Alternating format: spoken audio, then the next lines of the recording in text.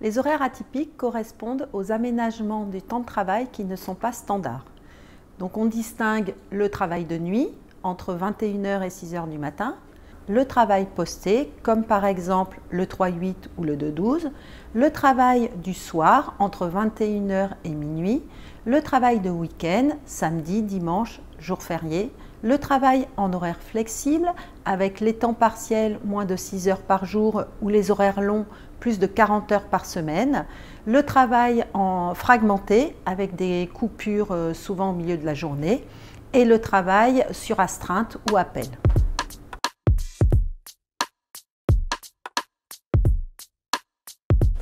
Chaque forme d'horaire atypique semble avoir ses effets propres. Par exemple, pour le travail de nuit, on distingue les effets avérés, troubles du sommeil, troubles de la vigilance et troubles métaboliques, les effets probables, obésité, prise de poids, diabète de type 2, maladie coronarienne, atteinte de la santé psychique, troubles cognitifs et certains cancers. Enfin, les effets possibles, concentration élevée de graisse dans le sang, hypertension artérielle et accidents vasculaires cérébraux. Par ailleurs, la sinistralité associée au travail de nuit est augmentée et une limitation de la vie sociale et familiale est soulignée. De par leurs activités, les salariés en horaire atypique sont davantage exposés à d'autres expositions telles que les produits chimiques, le bruit, la manutention manuelle par exemple. Ils ont également des comportements et un état de santé plus dégradés, notamment des troubles psychiques qui sont plus fréquents. Les salariés en horaire atypique sont également touchés par l'isolement social et des soucis d'articulation vie professionnelle, vie personnelle.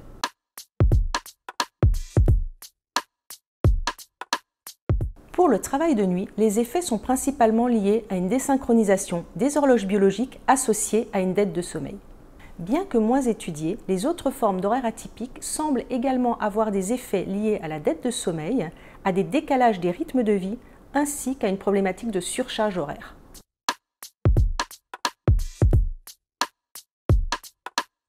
Il est important de mettre en place des mesures de prévention dans l'entreprise car les horaires atypiques touchent tous les secteurs d'activité et concernent maintenant 63% des salariés. Ces mesures de prévention doivent être centrées sur le travail et son organisation afin de minimiser de façon pérenne les risques pour la santé. L'employeur doit réaliser une évaluation des risques centrée sur le contenu du travail et son organisation. Ainsi, il va devoir privilégier les rotations rapides en minimisant le nombre de nuits. Il va devoir aussi organiser des horaires de telle façon qu'ils soient compatibles avec les horaires des transports en commun. Il va devoir également prévoir des temps de pause afin de permettre les transmissions entre les équipes, la prise de repas et un temps de micro-sieste. L'employeur doit également assurer une formation aux salariés qui sont exposés à ces horaires pour les informer sur les risques sur la santé et leurs moyens de prévention. Dans tous les cas, il est primordial que les salariés soient impliqués dans l'organisation des plannings et de leurs horaires.